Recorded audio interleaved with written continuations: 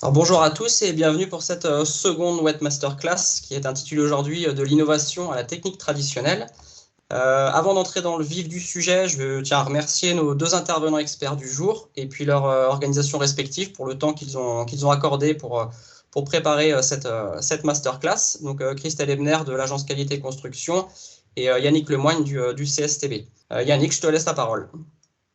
Oui, bonjour à toutes et à tous. Donc Yannick Lemoigne, je suis directeur de projet normalisation et marquage CE à la direction technique du CSTB, Centre scientifique et technique du bâtiment. Dans le cadre du plan logement outre-mer, j'ai été désigné comme référent outre-mer et donc suis votre contact privilégié au sein du CSTB pour les questions que vous auriez à nous adresser. Par ailleurs, j'assure la présidence du groupe des organismes notifiés, qui sont notifiés pour le marquage CE des produits de construction, donc tous les laboratoires et les certificateurs à travers l'Europe. Et j'assure la coordination des organismes notifiés français au titre du règlement produits de construction.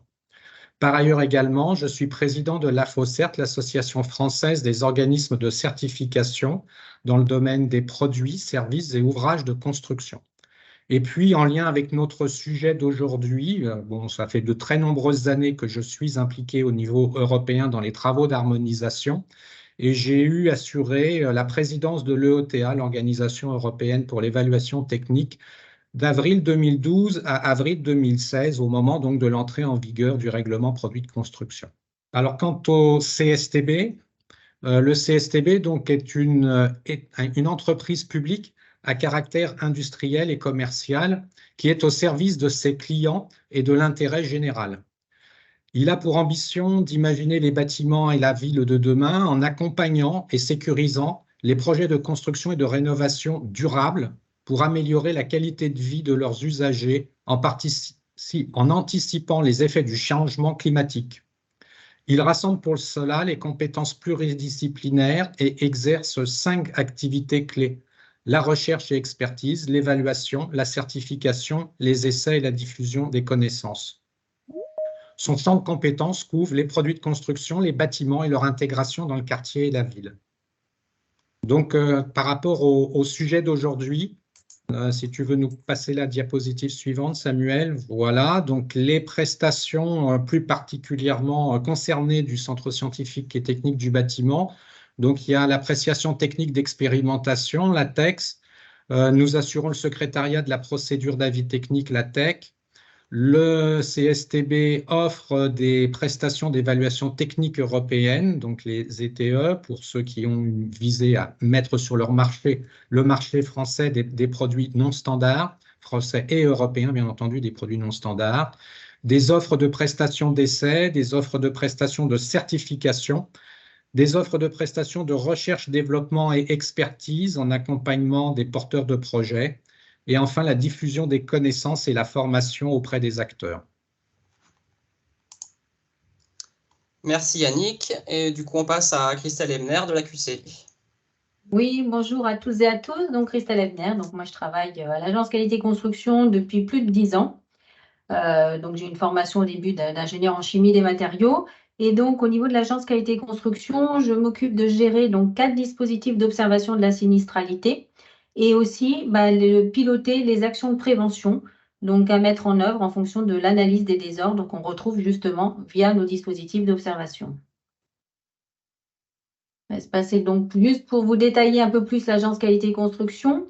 Donc, l'agence Qualité Construction est une association loi 1901, donc reconnue d'intérêt général, qui émane après la loi Spinetta du 4 janvier 1978. Donc, c'est un lieu de travail et d'échange de plus de 50 organismes. Donc, ça regroupe en fait tous les acteurs de la construction. Et le but est de se mobiliser autour de la qualité dans la construction. Alors, on est, je dirais, subdivisé un petit peu en 6 parties. Donc, le cœur de l'agence qualité construction, c'est l'observatoire, parce que l'observatoire, c'est ce qui va nous permettre de remonter la sinistralité. Donc, on a 4 dispositifs d'observation différents, ce qui nous permet de voir la sinistralité sous différents biais. Donc, le but de voir la sinistralité, c'est évidemment de ne pas mettre à l'index une technique ou un produit ou un procédé, mais de se dire, voilà, quand on utilise cette technique ou ce procédé, voilà quels sont les points de vigilance et les points d'attention auxquels on doit faire attention, justement. Donc, pour ça, on a deux pôles prévention. Donc, le premier pôle prévention, produits et procédés industriels. C'est là où on va faire de l'analyse de risque.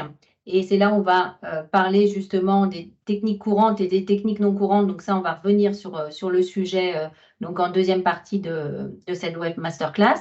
Et puis, un autre pôle prévention, mais là, on va plus s'attacher aux acteurs, aux compétences, aux interfaces. Voilà, toutes ces difficultés beaucoup plus générales et un peu plus loin du produit. Pour cela, on a aussi, donc le but, c'est de diffuser un maximum d'informations. Donc, on a le service communication qui permet notamment via le site Internet d'avoir accès donc, à toutes les publications. Toutes nos publications sont gratuites et accessibles donc facilement via notre site. Et nous avons aussi la revue qualité construction auquel vous pouvez donc vous abonner et qui est une revue très, très complète et très technique. Pour que toutes ces informations, le but, c'est vraiment que ça redescende sur le terrain. Donc, pour ça, on a 5 délégations régionales. Donc, une à Paris, une à Strasbourg pour le Grand Est, une à Lyon, une à Bordeaux et une à Rennes. Donc, voilà, c'est pour être sûr que toutes les informations et les publications soient accessibles, soient connues au niveau du terrain. Et puis, l'AQC est aussi secrétariat des grands programmes. Donc, les grands programmes tels que Profil, FIBAT, et puis le grand programme, je dirais, d'aujourd'hui qui est Ombré, donc qui nous permet de préparer ces assises de la construction durable en Outre-mer et de commencer déjà par ces web masterclass. Ok, merci Christelle. Du coup, avant de démarrer, un petit récap des points qu'on va aborder aujourd'hui dans cette web masterclass. Donc une première partie qui va faire l'objet de quelques rappels, notamment concernant l'obligation d'assurance, la notion de procédé de construction, et puis un petit récap normes et réglementations qui permettra de resituer un petit peu tous les éléments. Une deuxième partie qui porte le nom de la web masterclass, de l'innovation à la technique traditionnelle. Donc ça va être l'occasion d'être un petit peu plus détaillé sur ce qu'est un ATEX, les cahiers de prescription technique, les règles professionnelles, des recommandations professionnelles.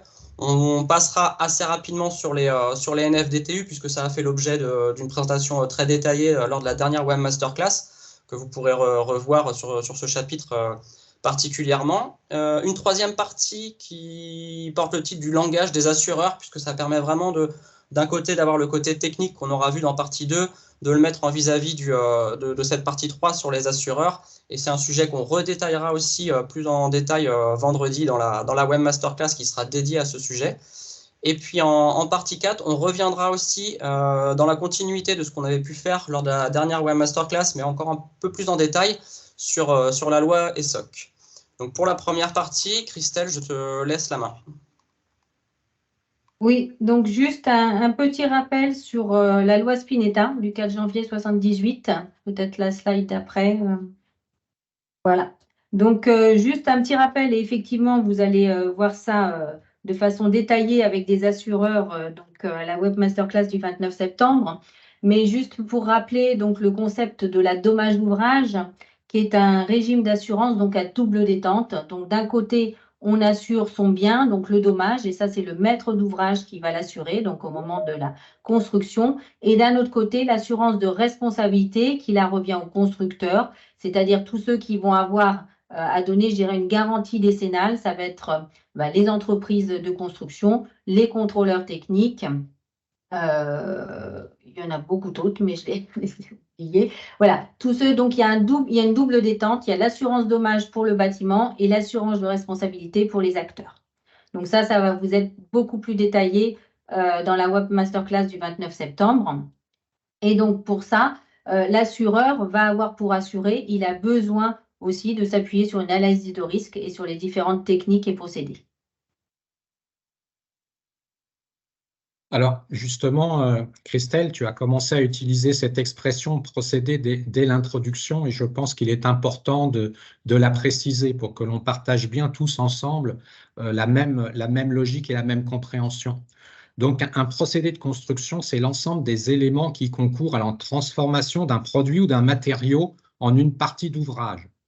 Donc, dans la logique du procédé de construction, eh bien, on intègre les compétences et l'ensemble des règles qui permettent eh bien, à tous les acteurs de pouvoir réaliser au moyen de produits des ouvrages qui soient à la fois sécuritaires et de qualité.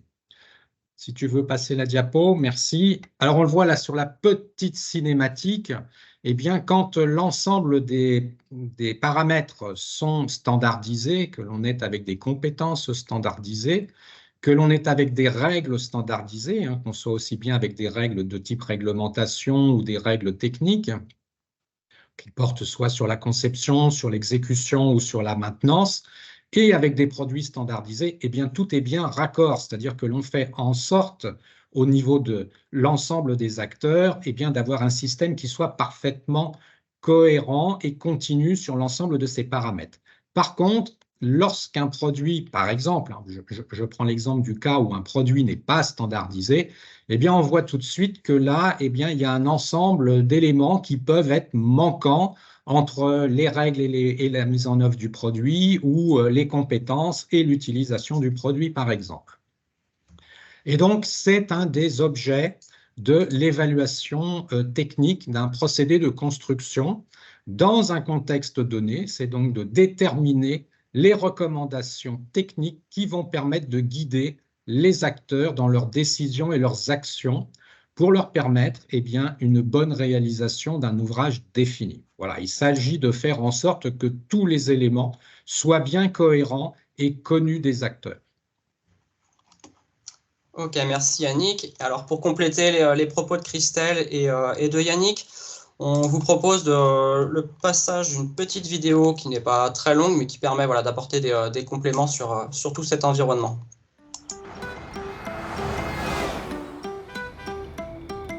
Psst, hé, t'as vu tous mes autocollants?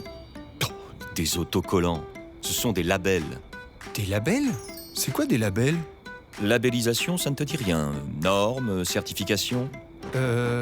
Pour commencer, on pourrait lui expliquer ce qu'est la réglementation, tu ne crois pas?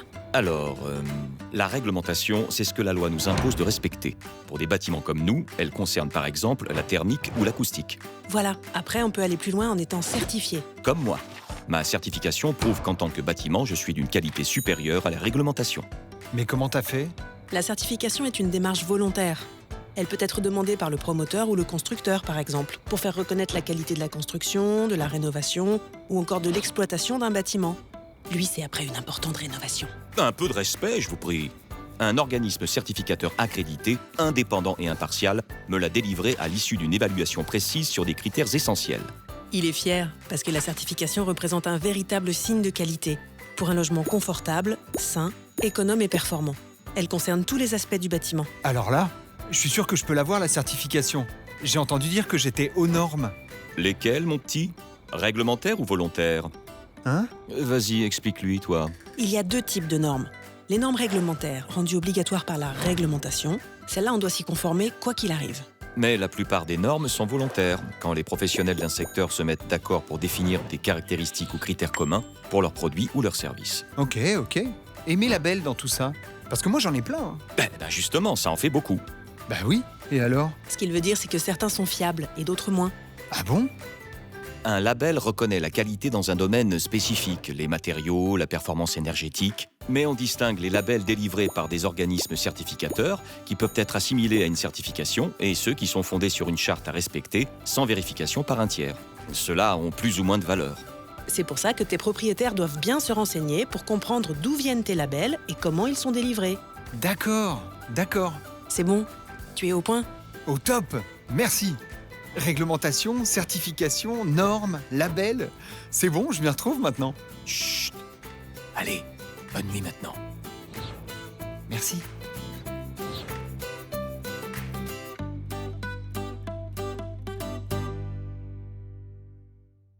Voilà, donc on remercie Qualitel pour nous avoir mis à disposition cette vidéo qui permet voilà, de se retrouver un petit peu dans tous les éléments de langage qu'on a pu avoir depuis la première Webmasterclass. Et du coup, pour continuer un petit peu, pour synthétiser tout cet environnement, je laisse Christelle finir pour cette première partie sur cette slide. Voilà, donc un petit rappel aussi pour synthétiser ce qu'est normes volontaires et normes réglementaires, même si pour certains, donc vous l'avez vu la semaine dernière, Tout ce qui est réglementaire, c'est tout ce qui va découler du code de l'urbanisme, du code de la construction et de l'habitation. Et on va retrouver dans la réglementation incendie, la réglementation thermique, sismique, acoustique ou accessibilité, ou aussi le marquage CE des produits. Donc tout ce qui est évidemment réglementaire, comme on l'indique, est obligatoire, et tout ce qui est obligatoire, un maître d'ouvrage ne peut absolument pas y déroger, et encore moins les constructeurs. D'un autre côté, on va avoir ce qui est volontaire. Ça va être plutôt du contractuel, donc entre le maître d'ouvrage, par exemple, et les constructeurs. Donc, vous allez avoir tous les textes qui s'appliquent uniquement sur les choix des produits, c'est-à-dire tout ce qui est normes produits, que ce soit des normes françaises ou des normes européennes. Vous pouvez avoir des certifications et vous pouvez avoir des évaluations techniques européennes. Là, on va s'attacher qu'aux normes, enfin, la partie produit. Si on regarde plutôt la partie constructive, vous allez avoir tout ce qui est normes des règles calcul, par exemple comme les Eurocodes. Vous allez avoir les normes comme les NFDTU, qui vont être des textes qui vont donc permettre la mise en œuvre. On va voir aussi les recommandations professionnelles issues des grands programmes, les règles professionnelles, les CPT qui sont donc les cahiers de prescription technique et qui sont donc en lien avec les avis techniques. Le document technique d'application, donc, qui est l'accompagnement de l'ETE. L'ETE va évaluer le produit et le DTA va accompagner le produit qui a une ETE pour aider et pour décrire sa mise en œuvre. Et puis, ce qui est commun au produit et à sa mise en œuvre, c'est ce que vous allez retrouver dans les ATEX et dans les ATEC.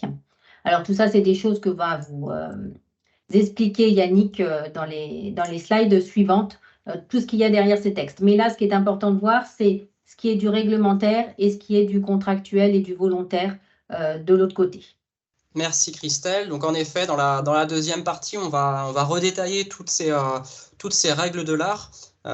Juste avant, je vais laisser Yannick nous présenter le service Ariane du CSTB et puis on enchaînera du coup sur le détail de ces règles de l'art. Oui, alors le service Ariane du CSTB, c'est un service qui a été spécialement dédié aux premiers demandeurs, aux acteurs qui sont peu sachants des procédures qui existent et notamment, donc, plus particulièrement destinés donc, aux très petites entreprises et aux moyennes entreprises ou start-up de façon à leur permettre d'obtenir les informations et les orientations par rapport à leurs besoins tout au long du processus d'innovation, donc de l'idée au marché.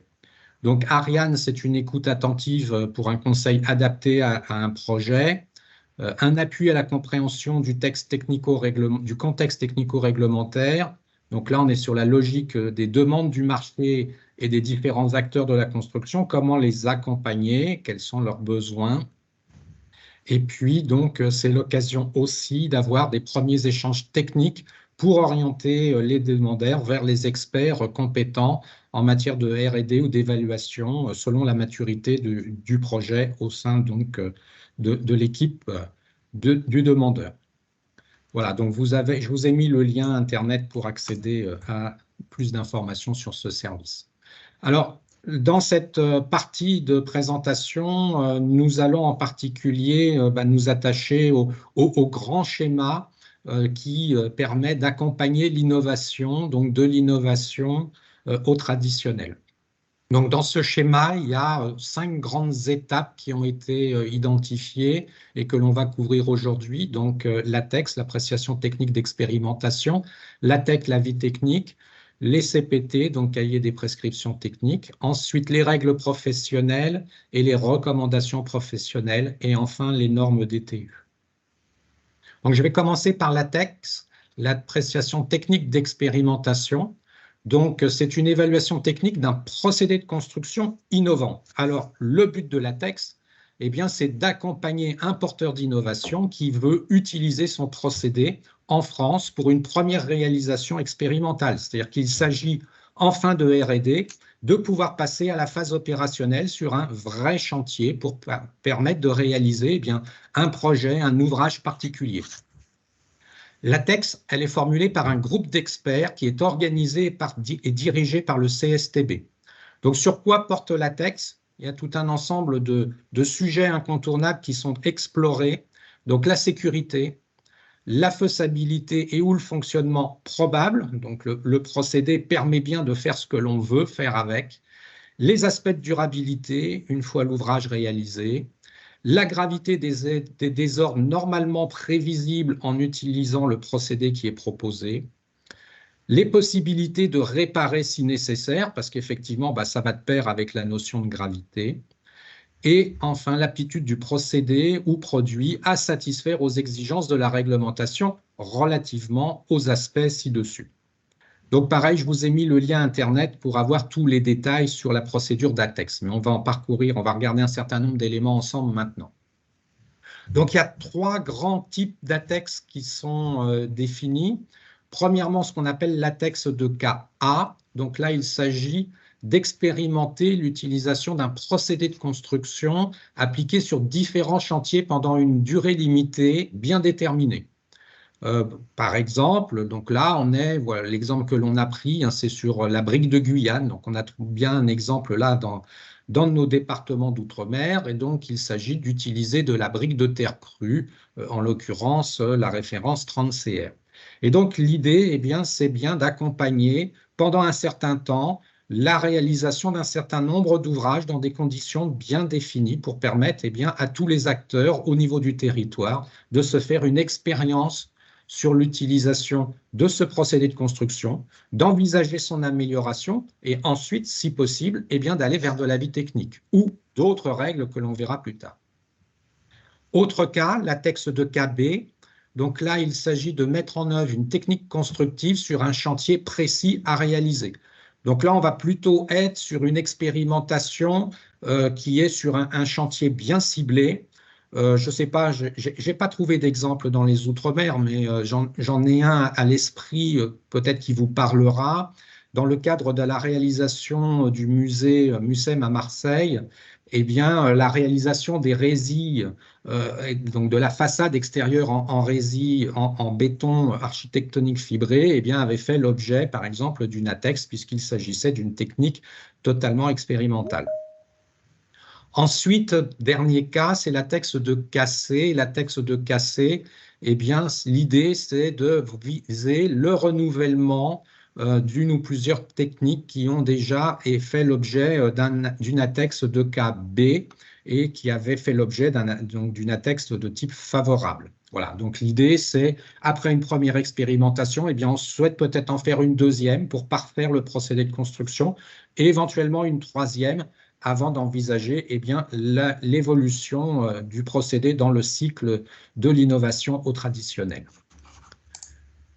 Alors, l'ATEX, c'est une procédure qui se veut rapide, mais surtout, si vous me permettez, je voudrais insister. Il est important que les acteurs identifient bien la nécessité d'une ATEX lorsqu'ils sont confrontés à une innovation dans le cadre d'un projet, pour pouvoir engager le plus tôt possible leur dossier et leur demande d'ATEX dans le cadre de leur projet. Donc, en termes de déroulé, quand le CSTB reçoit une première demande d'ATEX, il a 15 jours pour répondre sur la faisabilité de l'ATEX et définir l'ensemble des justifications particulières sur la base donc, du premier dossier technique qui lui sera adressé par le demandeur. Alors, en général, le demandeur, c'est souvent le contrôleur technique de l'opération qui sera par derrière donc rapporteur de la demande et qui accompagne donc le demandeur. Ensuite, le demandeur monte et il transmet le dossier technique. Et c'est là où souvent c'est un petit peu plus délicat parce qu'on comprend que selon les justifications qu'il convient d'apporter, il est nécessaire d'avoir besoin d'un peu de temps pour les obtenir. Et donc là, les délais sont très variables, de 1 à 12 mois en fonction des demandes. Et le délai moyen que nous constatons est un délai de l'ordre de 6 mois. Et c'est pour ça que j'insistais en disant attention, attention, engagez bien vos demandes le plus en amont possible lorsque vous les avez identifiées pour vous permettre de pouvoir bénéficier de l'ATEX le plus vite possible dans le déroulé de votre projet. Ensuite, une fois que le dossier est complété et transmis au CSTB, le CSTB a 1 mois à partir de cette réception pour organiser la commission d'ATEX. Et puis ensuite, après la commission d'ATEX, au moment où donc les experts se réunissent et entendent d'ailleurs les porteurs du projet pour que d'un commun accord, tout le monde se satisfasse du contenu de l'ATEX, le CSTB a 10 jours ouvrables pour l'envoi de la TEX après donc cette commission. Dans le cas de la TEX A, ce délai s'entend après correction par le demandeur de son dossier technique, puisque dans le cas de la TEX A, après le comité d'ATEX, eh bien le demandeur a la possibilité d'amender son dossier au regard des débats qui ont eu lieu lors de la commission. Ensuite, en termes de publication, eh bien, toutes les ATEX de type A positive sont publiées sur le site du CSTB et les ATEX de type B positive également sont publiées lorsque le demandeur en fait la demande. Donc pareil, je vous ai mis sur cette diapositive le lien où pouvoir rechercher les ATEX. Alors, un cas particulier, et on le détaillera un tout petit peu plus tard parce que c'est toujours délicat de mettre les choses dans un ordre bien établi entre guillemets, on évoquera ensemble la loi ESSOC en 4e partie. Et donc, la loi ESSOC, sa logique, eh bien, c'est de permettre, de faciliter l'innovation et donc l'ouverture réglementaire. C'est-à-dire qu'il est possible aux acteurs de pouvoir apporter des solutions alternatives aux solutions qui sont définies, aux exigences qui sont définies dans la réglementation. Et donc, l'ATEX est à ouverture réglementaire lorsqu'elle a pour objectif d'accompagner une demande de reconnaissance de l'effet d'équivalence. Donc l'objectif, c'est de montrer que, évidemment, les objectifs qui sont définis par la réglementation seront bien atteints par la solution qui est proposée par le demandeur. Donc il s'agit de vérifier que les résultats sont équivalents. Alors, comme précédemment, on porte sur les mêmes sujets, les mêmes thématiques, sécurité, faisabilité ou fonctionnement probable, durabilité, gravité des désordres normalement prévisibles, possibilité de réparer si nécessaire, aptitude du produit ou procédé à satisfaire aux exigences de la réglementation, en référence aux éléments ci-dessus et justement en particulier en insistant sur l'aptitude à atteindre les résultats visés par la réglementation. Voilà, donc c'est une forme un petit peu particulière d'ATEX pour accompagner l'innovation qui dérogerait aux éléments qui sont inscrits dans la réglementation. Alors, dans la chaîne de l'accompagnement de l'innovation, maintenant nous allons nous attarder un petit peu sur la procédure d'avis technique, donc l'ATEC. Alors, l'avis technique, c'est une évaluation technique volontaire de l'aptitude à l'usage d'un procédé de construction innovant pour la réalisation d'une partie d'ouvrage en France. Et j'insiste sur le volontaire. Donc, c'est un document d'information qui est destiné à fournir aux différents acteurs, aux intervenants, une opinion autorisée sur le comportement prévisible des ouvrages réalisés à l'aide des produits et procédés qui sont concernés. Donc, le but, c'est de permettre aux 10 intervenants de prendre leurs décisions et leurs responsabilités en pleine connaissance de cause quant aux choix et aux actions qu'ils vont réaliser. Donc, j'insiste également, parce que je ne l'ai pas dit pour la TEX, mais c'est encore plus vrai probablement pour l'avis technique, ce qui compte, ce n'est pas seulement d'avoir le document, parce qu'on entend parfois des acteurs « Ah, ça y est, j'ai l'avis technique ». Non, c'est pour tous les acteurs, il convient de prendre connaissance de l'évaluation et évidemment de regarder quelles sont les dispositions qui figurent dans cette évaluation pour pouvoir les suivre autant que faire se peut et donc en faire le meilleur usage possible du procédé de construction dans la situation constructive à laquelle les acteurs sont confrontés. Alors, l'avis technique, lui, il est formulé par un groupe d'experts représentatifs de l'ensemble des professionnels suivant une procédure publique que j'exposerai un petit peu après. Et donc, qu'est-ce que l'on regarde? Les thèmes suivants sont examinés dans la procédure d'avis technique. La satisfaction de la réglementation française, l'aptitude à l'usage, la faisabilité et la durabilité.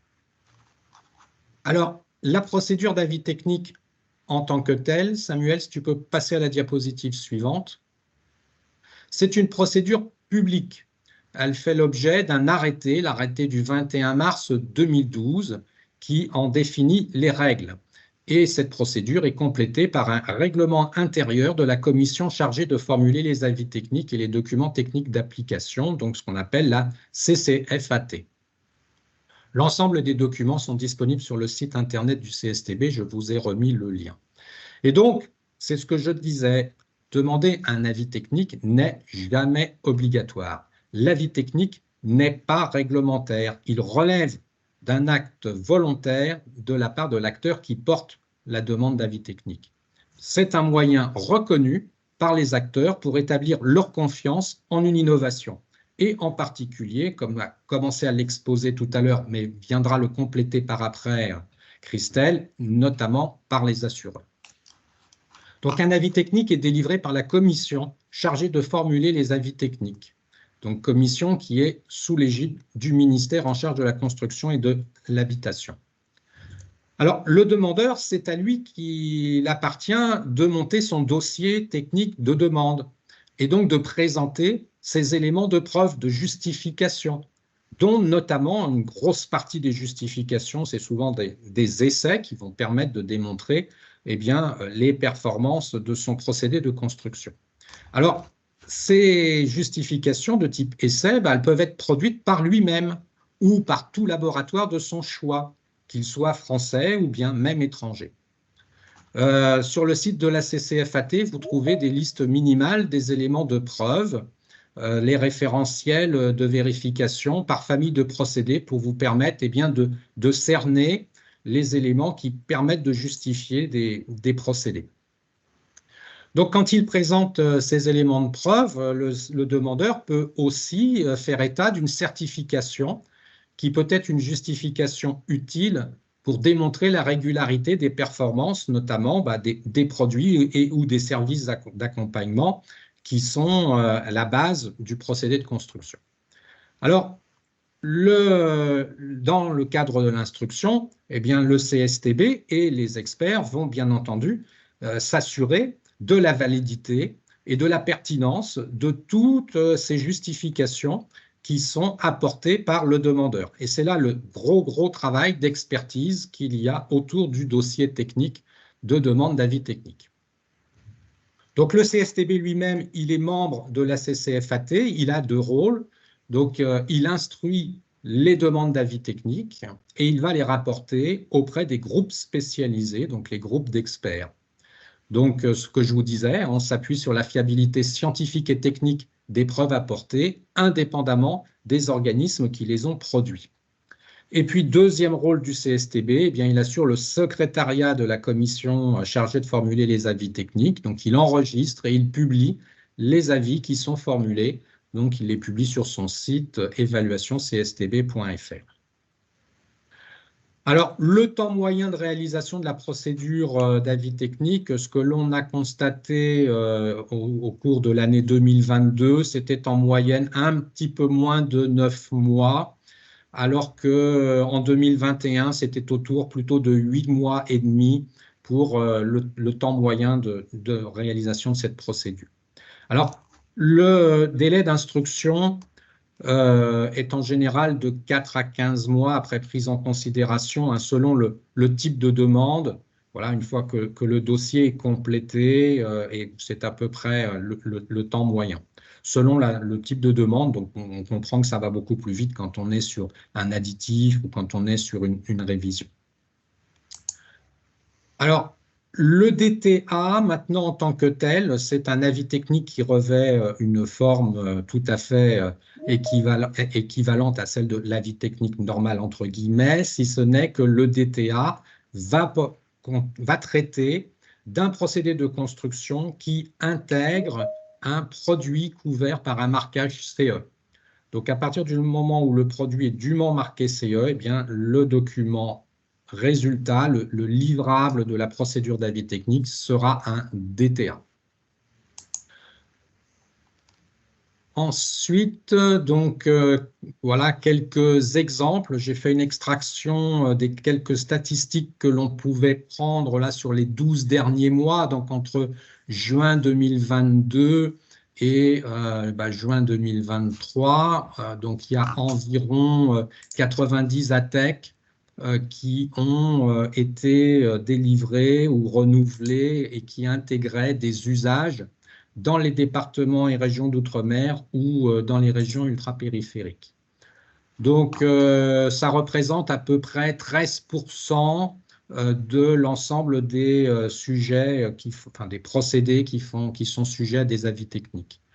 Et donc, il y avait dans ces 90 dossiers, il y avait 15 nouvelles demandes qui concernaient nos 5 départements et régions d'outre-mer. Alors, si je regarde les domaines qui font l'objet du plus grand nombre de demandes d'avis techniques, on trouve principalement le domaine du chauffage, isolation thermique, ventilation, conditionnement d'air. Donc là, on est autour de 45 avis techniques dans les différents DROM.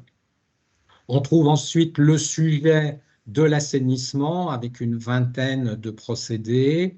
Le sujet de l'eau de pluie avec 5 procédés. Et puis ensuite, le sujet de la mise en œuvre de revêtements avec à peu près 5 procédés en moyenne également. Voilà, donc ça vous donne quelques statistiques sur les dossiers, mais il appartient bien au demandeur, et ça je souhaite insister, c'est le demandeur qui définit le champ d'application qu'il veut viser. Donc le domaine d'application peut intégrer les départements et régions d'outre-mer. C'est vraiment au demandeur de préciser son besoin. Alors, si maintenant on continue dans notre process de l'innovation vers le traditionnel, eh bien l'étape d'après, c'est le CPT. Alors, lorsque nous avons plusieurs demandes d'avis techniques qui ont été traitées, on va parler de constitution d'une petite famille d'avis techniques, et donc on va pouvoir travailler à réaliser un CPT, donc un cahier des prescriptions techniques, qui donc en général couvre les dispositions communes à l'ensemble d'une famille de procédés. Donc au lieu de devoir avoir des avis techniques qui répètent les mêmes contenus, eh bien on va traiter cela dans un CPT qui, donc on le comprend bien, va s'étoffer au fur et à mesure du temps, au fur et à mesure où les familles vont grandir. Et donc on va accompagner, avoir de plus en plus d'expérience avec les procédés innovants. Donc, quelles sont les différentes typologies de CPT? On va trouver des conditions de conception, des conditions de fabrication, des règles sur la mise en œuvre et des règles de calcul spécifiques des produits ou des ouvrages, où on va cibler des usages particuliers, etc. Donc, c'est la logique du CPT, de commencer à regrouper, à rassembler les connaissances autour d'une famille d'avis techniques. Alors, dans les CPT, il y a aussi des listes de références, des justifications qui peuvent être à produire dans le cadre des demandes d'avis techniques. Et puis donc, au bout d'un certain temps, lorsque la technique est stabilisée, c'est bien ça le critère premier, stabilisation de la technique, maîtrise de la technique par les acteurs, tout le monde commence à bien l'avoir utilisé, à avoir les compétences ad hoc pour pouvoir en faire vraiment meilleur usage. Eh bien, la CCFAT, la commission chargée de formuler les avis techniques, va prendre la décision de considérer que cette famille ou ce sujet, plus particulièrement, eh bien, maintenant n'est plus innovant, et va donc constater le caractère traditionnel de l'utilisation d'un procédé de construction. Donc, c'est la CCFAT qui va décider de passer ce sujet dans le domaine traditionnel. Alors, ce qui est des fois un petit peu délicat dans ce processus de passation, c'est que parfois, il arrive que le berceau ne soit pas encore prêt du côté du traditionnel, c'est-à-dire qu'il n'existe peut-être pas encore les normes DTU pour pouvoir accueillir le procédé de construction dont il est question. Et donc, dans ce contexte, pour malgré tout continuer à accompagner les acteurs, eh bien, le CSTB a développé l'appréciation technique de transition Donc, c'est une forme de l'évaluation qui permet aux acteurs de continuer à pouvoir justifier, exposer l'art et la manière d'utiliser leur procédé de construction, alors que celui-ci ne bénéficie plus d'un avis technique, mais ne bénéficie pas encore de normes DTU, et donc de pouvoir continuer à travailler en bonne intelligence entre l'ensemble des acteurs. Voilà, donc pareil, vous avez le lien Internet où pouvoir retrouver l'ensemble de ces informations. Alors ensuite, on le voit, on est dans un processus qui continue, et puis Christelle va nous exposer maintenant les étapes suivantes, les règles. Ok, donc effectivement, on est passé de latex à l'avis technique, à la famille d'avis techniques. Donc, on a plusieurs avis techniques de titulaires différents, mais qui permettent d'arriver à la même technique et au même procédé constructif. Et à ce moment-là, on verse, comme disait Yannick, de l'innovation vers la traditionnalité. Donc, pour ça, il y a la possibilité d'écrire des règles professionnelles. Les règles professionnelles, on va s'attaquer plutôt à la partie technique en général et qui va évidemment mentionner les produits qui sont adaptés pour mettre en œuvre cette technique. Par exemple, en fonction du domaine d'utilisation, on aura des critères de produits à respecter. Alors, juste pour revenir à la slide précédente, Samuel, s'il te plaît. Juste un petit rappel. Donc ça, c'est la chaîne théorique de latex vers le DTU. Ça, c'est dans le monde des bisounours. Des fois, ça ne se passe pas toujours comme ça non plus. On peut passer de la tech directement au DTU. On peut passer de la tech, on va revenir dessus, sur les recommandations professionnelles, de la tech vers les règles professionnelles. Voilà. Là, c'est la chaîne qui est la plus théorique et la plus logique. Elle ne se passe pas toujours comme ça dans la vraie vie. Voilà. Donc, on va repasser sur les règles professionnelles. Donc, les règles professionnelles, elles sont écrites par la filière de la technique concernée, par la partie plutôt des entreprises qui ont mis en œuvre, et on va avoir un consensus en fait de la filière pour l'écriture de ces règles professionnelles. Donc ça, c'est d'un côté les règles professionnelles, et d'un autre côté, on peut avoir aussi des recommandations professionnelles. Alors, quand on parle ici des recommandations professionnelles, ce sont les recommandations professionnelles qui ont été écrites dans le cadre d'un grand programme piloté par la QC. Alors, les grands programmes, le premier qui a commencé, c'était le programme RAGE. Ensuite, il s'est appelé PACT. Et ensuite, maintenant, il s'appelle Profil. Donc, c'est pour ça que ça s'appelle recommandation professionnelle. Donc, issu des grands programmes pilotés par la QC. Et donc, ça peut être écrit à un moment, donc soit au moment du programme RAGE, PACT ou Profil. Ces recommandations professionnelles, elles sont sur un plus large consensus. Mais l'objectif, en fait, de l'écriture de ces recommandations professionnelles, donc qui sont financées par les certificats d'économie d'énergie, c'est d'accompagner la transition énergétique. Et c'est là où on s'est aperçu qu'il manquait des textes, justement, pour massifier et pour déployer une technique. On a dit qu'il faut écrire très vite des textes. Et donc, ça a été financé par les certificats d'économie d'énergie et ça a permis d'écrire donc des recommandations professionnelles. Mais dans le cadre des deux règles professionnelles ou recommandations professionnelles, on est là pour décrire une technique et on est là en fait pour avancer après vers un consensus plus général et après pour aller vers le NFDTU. Donc, quelques exemples de recommandations professionnelles. Donc, on va voir ce que veut dire accepté par la C2P donc, dans les slides suivantes. Donc, qui ont été écrits lors du grand programme, donc le programme PACT. Donc, c'est soit les couvertures en plaques nervurées ou les couvertures en plaques ondulées, issues de tôle d'acier revêtues en climat tropical ou équatorial humide et conditions cycloniques. Donc, ça, c'est un exemple. Au niveau des exemples de règles professionnelles, il y a les blocs de terre comprimés donc, qui ont été rédigés par des metteurs en œuvre de Mayotte. Et c'est eux qui ont rédigé donc, ces règles professionnelles avant de venir donc, les présenter à la commission prévention produits mise en œuvre.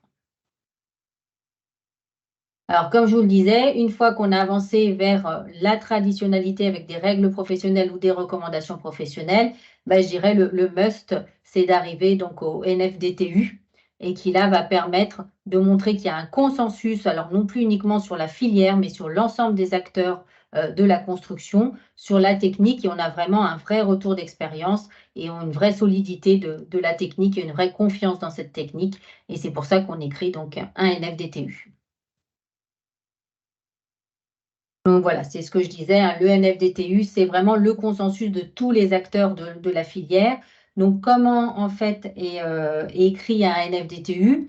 On va retrouver souvent 3 parties. La première partie, c'est le CCT, donc le cahier des clauses techniques, qui va vraiment rédiger, donc, sur lequel on va avoir le domaine d'emploi, les supports, par exemple, si c'est une technique qui s'applique sur un support, les types de supports, qu'est-ce qu'on va rechercher, les mises en œuvre, etc. Et puis, on va avoir une deuxième partie très importante qui s'appelle le CGM, donc les critères généraux de choix des matériaux, qui va vous dire justement, au niveau de tel domaine d'emploi, quelles sont les justifications que je demande à mon produit pour que la technique soit bien réalisée. Et puis, une troisième partie qui est plutôt la clause administrative spéciale ou CGS. Donc ça, ce sont les 3 parties qui constituent le NFDTU. Et le NFDTU, c'est vraiment le contrat type qui existe entre l'entrepreneur et son client. Alors, comme on l'a dit tout à l'heure, le NFDTU, on est sur une norme. Elle n'est pas d'application obligatoire, mais en fait, qui ne réalise pas un chantier sans suivre les NF et DTU quand évidemment ils existent. Et on va voir d'ailleurs pourquoi derrière pour l'assurabilité. Donc voilà, donc là, c'était vraiment toute la chaîne de latex, donc vraiment du départ de l'innovation jusqu'à une technique éprouvée et avec un retour d'expérience sûr jusqu'au DTU. Donc on va poursuivre sur cette troisième partie et comme le disait Christelle, on va aller basculer sur le langage des assureurs. On va voir un petit peu comment tout ça, ça se module par rapport au vocabulaire que vous avez pu acquérir depuis la précédente webmasterclass sur les normes, celle-ci sur les différentes techniques professionnelles. Et du coup, je laisse Christelle poursuivre sur ce sujet. Alors là, je vous ai noté, donc on va revenir dessus, à la définition de la technique courante en assurance construction. Donc tout à l'heure, on a parlé de la responsabilité des constructeurs. Donc je vous disais, il y avait donc les entreprises, il y a les prescripteurs aussi, tout ce qui est maître d'œuvre, architecte, les contrôleurs techniques qui doivent s'assurer en responsabilité civile décennale. Et dans ces cas-là, le contrat qu'ils vont passer avec leur assureur va parler, tous les assureurs donc en France vont parler de la technique courante et de la technique non courante. Donc ces clauses-là, elles sont les mêmes pour tous les assureurs que vous retrouverez en France. Hein. Donc pour les travaux de construction, alors je lis, c'est effectivement pas très rigolo à lire, mais c'est vraiment quelque chose à ancrer pour toutes les entreprises, je vous dis, prescripteurs qui vont être assurés en responsabilité civile décennale. Il faut qu'elles sachent sur quoi elles sont assurées. Donc, pour des travaux de construction répondant à une norme homologuée, donc NFDTU ou NFEN, à des règles professionnelles acceptées par la C2P ou à des recommandations professionnelles acceptées par la C2P. Dans ces cas-là, vous allez voir, on va revenir sur un schéma qui va être plus simplifié tout à l'heure. Ça vous permet d'être assuré ce qu'on appelle en technique courante. Et je vous dirai la différence aussi entre la technique courante et la technique non courante. Qu'est-ce qui est de la technique courante aussi? Tous les produits ou les procédés qui font l'objet au jour de la passation du marché d'une évaluation technique européenne ETE, mais accompagnée d'un document technique d'application. L'ETE lui-même ne suffit pas. Hein, je vous ai dit, l'ETE, c'est la partie produit et le DTA, c'est la partie mise en œuvre. Donc, en France, on aime bien avoir les deux, l'évaluation produit et sa mise en œuvre. Donc, il faut avoir un ETE accompagné d'un DTA ou évidemment d'un avis technique. Et ces documents-là doivent être valides et non mis en observation par la C2P. Je vous expliquerai aussi plus tard qu'est-ce qu'on appelle mise en observation. Et puis aussi, pour les procédés ou les produits qui font l'objet, alors là, au plus tard au jour de la réception du chantier, hein, d'une appréciation technique d'expérimentation ATEX avec un avis favorable.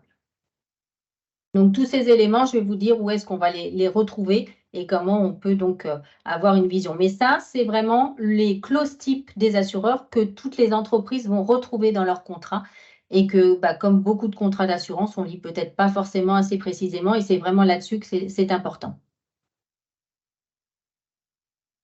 Donc, voilà un petit schéma type qui permet, en haut, vous avez donc les textes et les référentiels dont on vient de vous parler, les normes, les recommandations professionnelles, les règles professionnelles, les avis techniques ou DTA, les ATEX.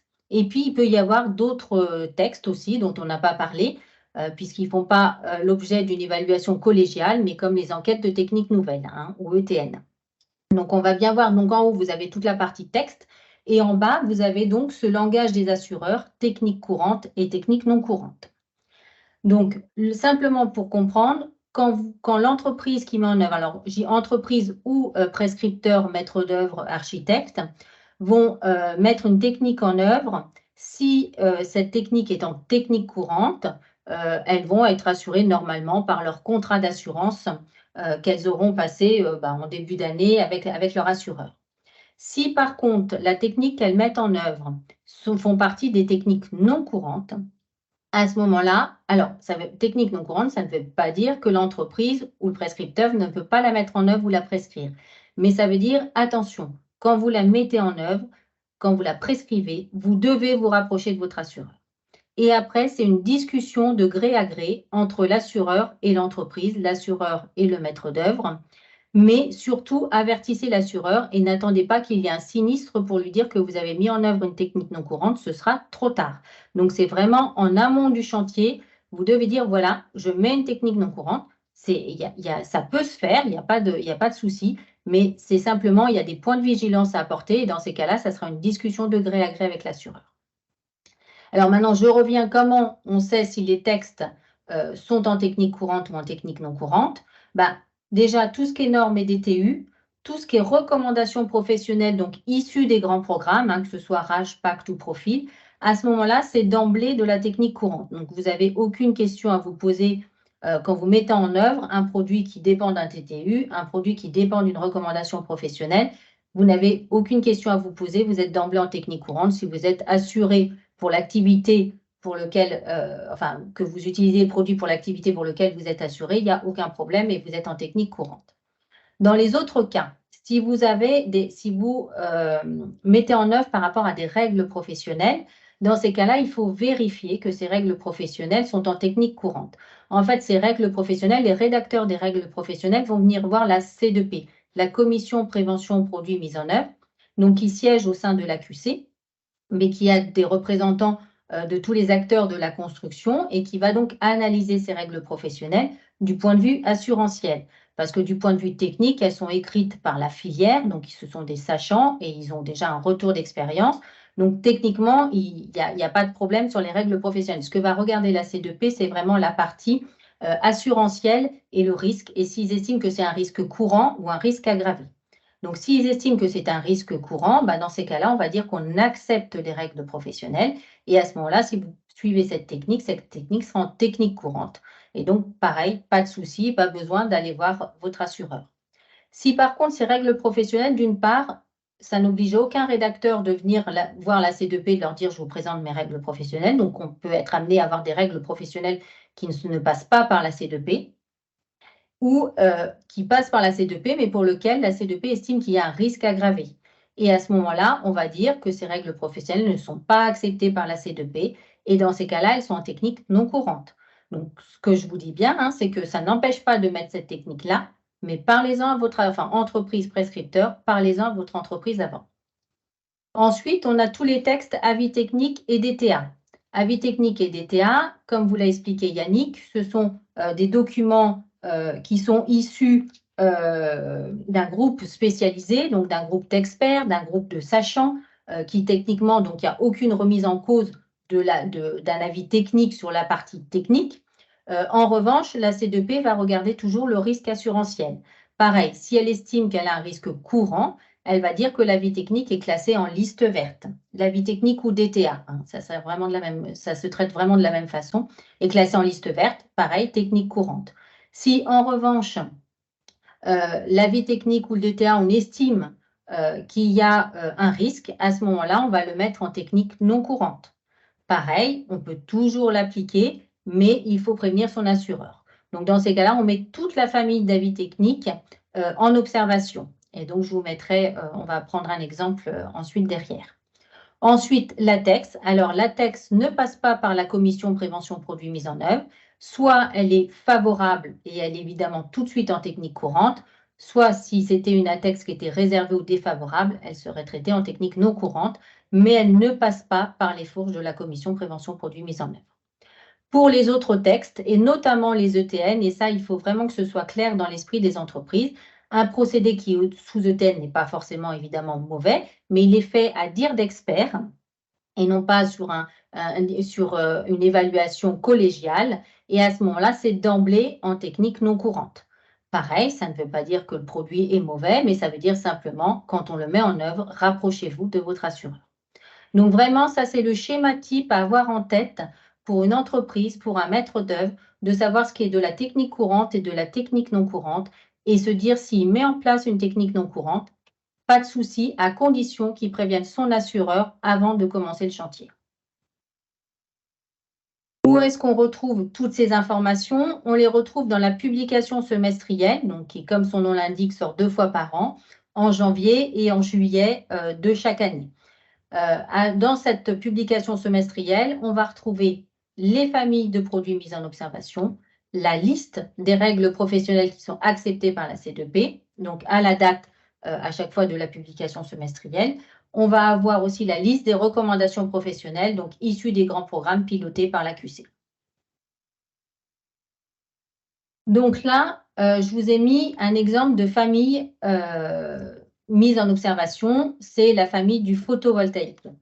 Il y a une famille du photovoltaïque, alors maintenant qui est un peu plus ancienne, mais qui était les familles de produits qui étaient pour la France métropolitaine, qui étaient beaucoup mis en œuvre, qui étaient de l'intégrer en toiture. C'est-à-dire que le procédé photovoltaïque, le module en fait photovoltaïque était intégré dans un système d'intégration et permettait de faire non seulement la production d'électricité, mais également de faire la partie étanchéité. En fait, ce qui se passe, c'est que donc on a eu des entreprises qui ont fait des systèmes d'intégration dans lesquels ils ont incorporé des modules. Et puis évidemment, il y a toute la partie câbles, connecteurs, etc. Et qui ont donc vendu ça sur le marché. Et dans la vie technique, il y avait bien tout était bien noté en disant c'est tel système d'intégration, c'est tel module qui est donc accepté. Et c'est tel connectique qui doit être mis en œuvre.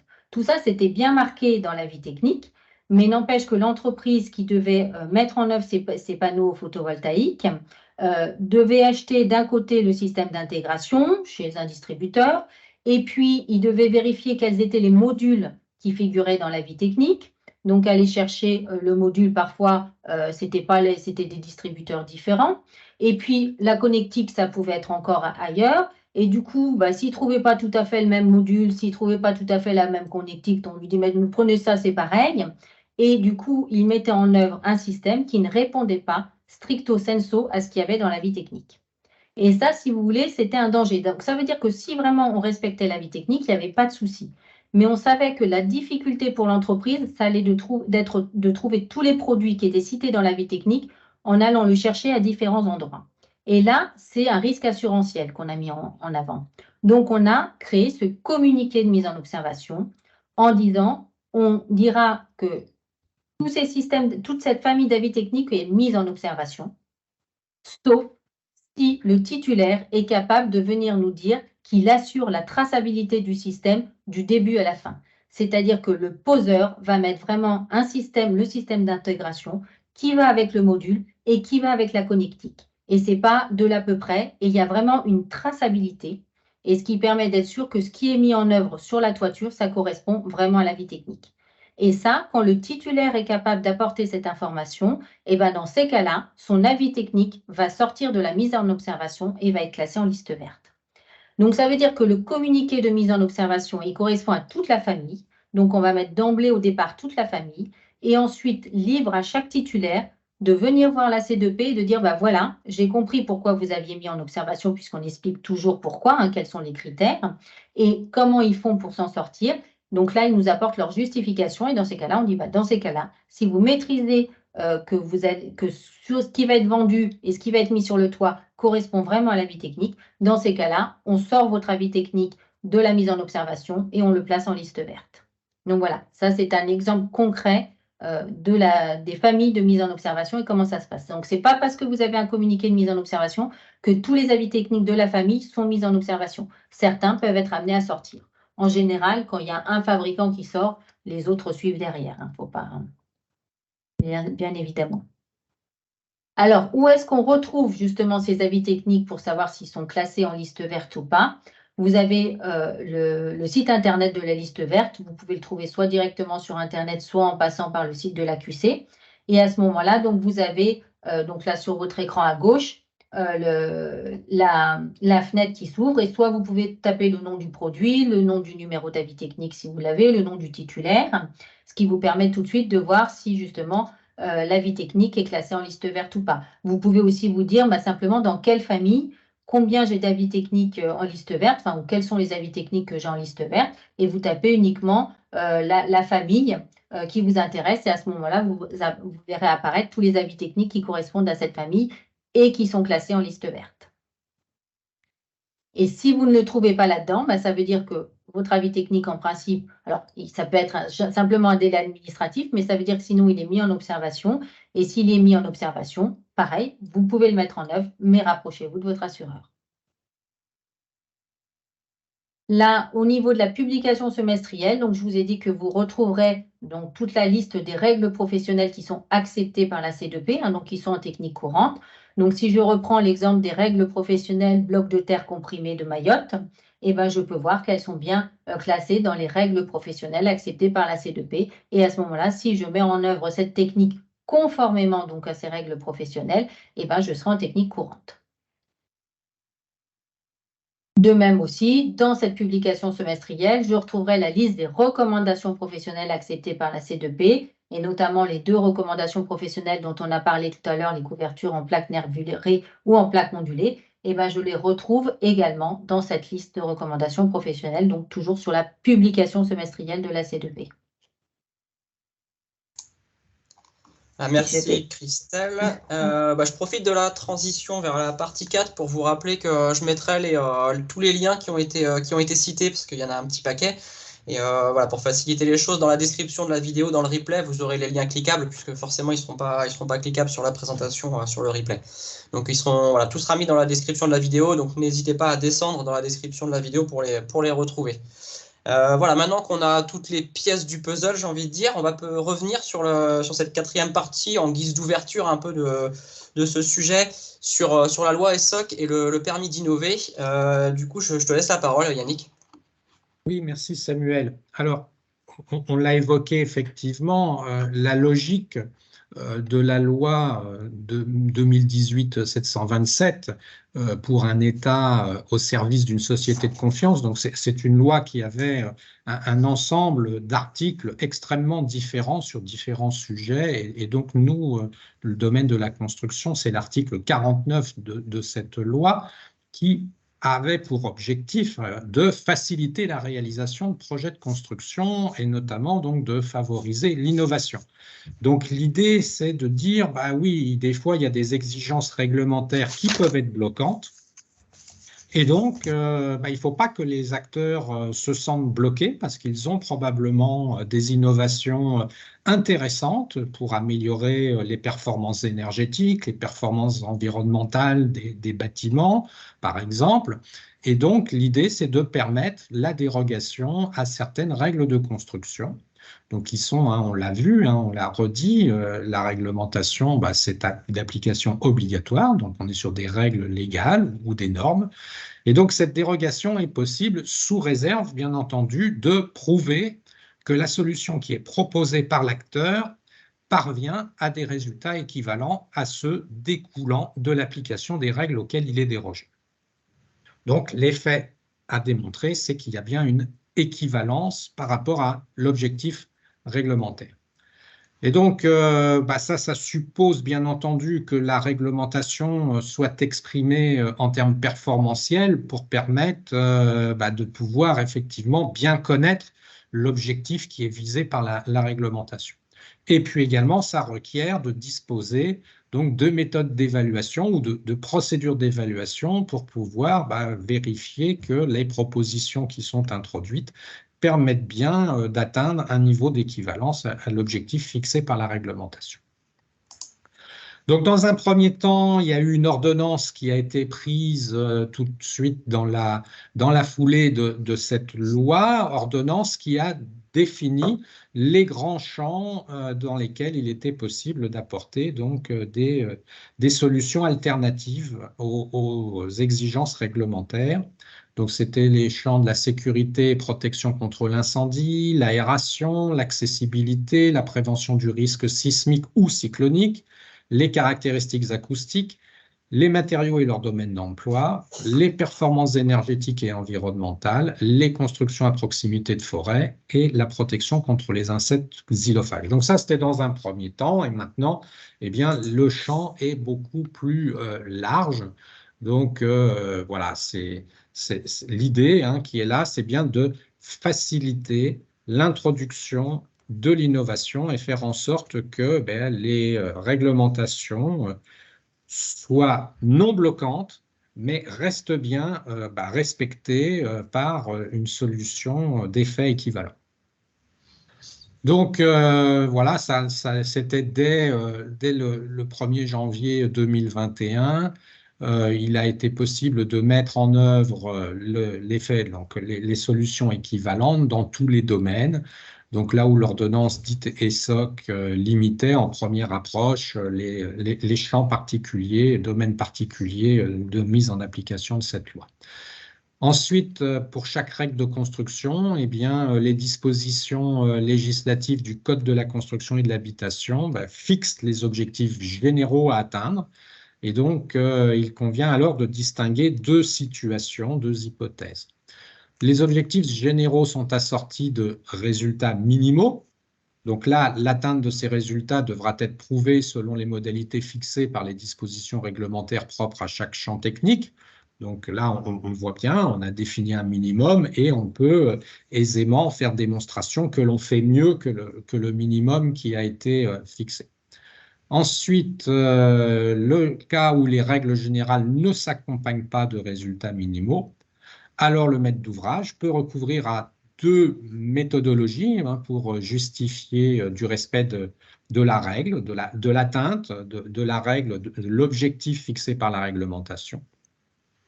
Il peut donc recourir à une solution de référence définie par voie réglementaire.